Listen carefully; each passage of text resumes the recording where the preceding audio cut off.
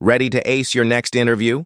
Here are the top 10 Java plus React full-stack developer interview questions and answers asked in the companies like Apple, PayPal, JP Morgan, and many more. Part 1. Imagine this.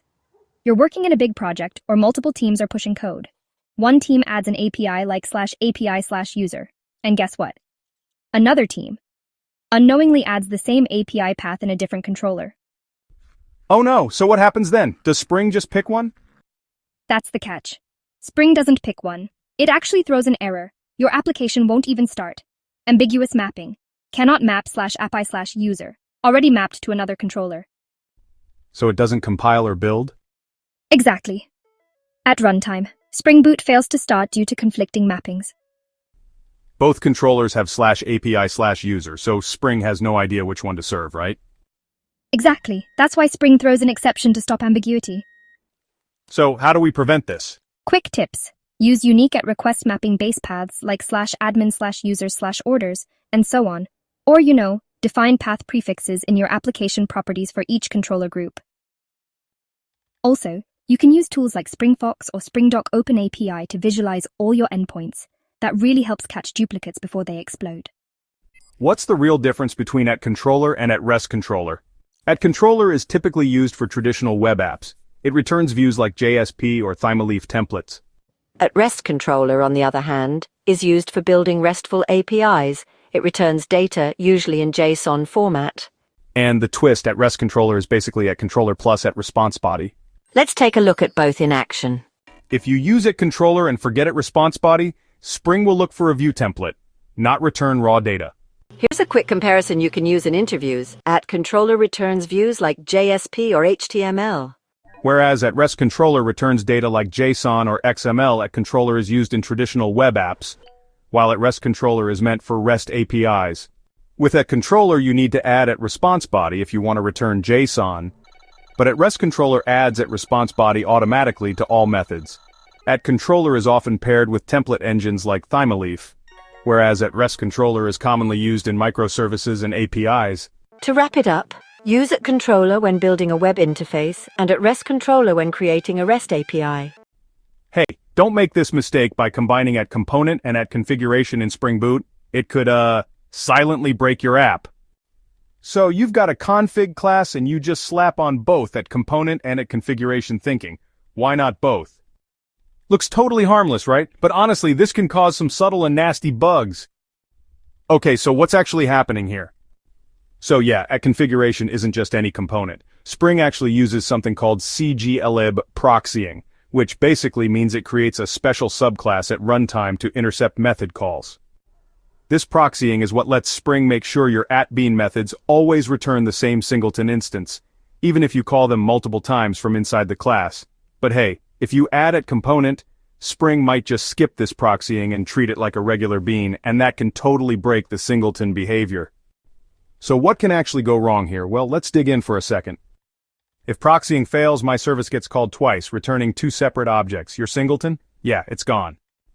The fix is actually pretty easy. Just don't use @component on your config classes. Stick to @configuration and let Spring handle the rest. Seriously.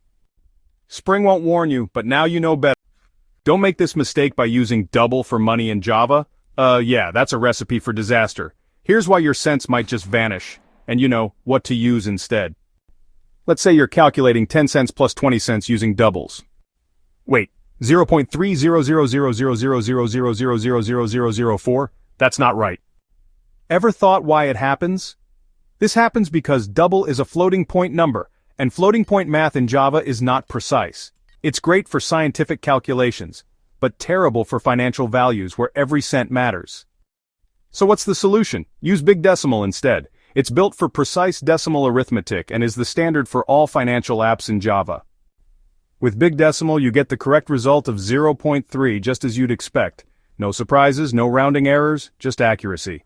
Can we mark repositories with your component? Use BigDecimal and keep your cents safe. Well, both @component and @repository register a class as a Spring Bean, but only @repository gives you something extra, called exception translation. If a SCLException or Hibernate exception is thrown, guess what? You have to catch and handle it manually. This leads to ugly try-catch blocks and DB-specific logic everywhere. With at repository, Spring automatically translates low-level exceptions, like SQL exception, into data integrity violation exception. Exception translation means you no longer have to deal with dozens of vendor-specific exceptions. Spring wraps them into clean, unchecked exceptions under its data access exception hierarchy. Consistent error handling. Unchecked exceptions mean fewer try-catch blocks. Framework agnostic works with JDBC, Hibernate JPA. Clean integration with Spring's AOP and transactions. Which means, at component is a generic stereotype for any Spring-managed component. At service is a specialization of at component used for business logic and service layer. At repository is a specialization of at component for DAOs with built-in exception translation. So yes, you can use at component everywhere, but you shouldn't. At repository gives you automatic exception translation. And that's a huge win for clean, maintainable code. Don't make this common mistake in front-end apps, putting everything in global state. So, when should you use local state? When should you go global in a front-end application? Let's clear this up, once and for all. What's local state? It's state used by a single component. Stuff like a toggle for showing or hiding, text typed in a form, and whether a button is loading. It's simple, isolated, and fast. Use it by default. So when do I need global state? When multiple components need access to the same data. Think authenticated user, app theme, and shopping cart across pages. That's where tools like Context API, Redux, or Zustan come in, you know. So should I eventually move everything to global state? Nope. And you shouldn't. Not all state needs to be shared. Global state adds complexity and can hurt performance if overused. If just one component cares, keep it local. If multiple components care, then consider lifting it global. What if I need to change later? Totally fine. Start local. It's easier to lift state up later than untangle unnecessary global state.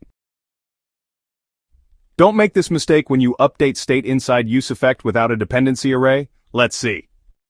Looks harmless, right? But boom, this will cause an infinite re-render loop. Why? Every time the component renders, useEffect runs. It updates state with setCount, which triggers another render, and then another, and another, and another. Your app crashes or hangs. So what's the solution? Use a dependency array, which runs only once after the first render. Or even better, add conditions, which is nothing but controlled re-renders. Takeaway: always control when your useEffect runs. No dependency array equals potential disaster. Use it wisely. Don't make this mistake by making the useEffect callback function async like this. Why so? That's because an async function always returns a promise. But React expects useEffect to return either nothing or a cleanup function, not a promise. That means this could lead to unexpected behavior or warnings in your app.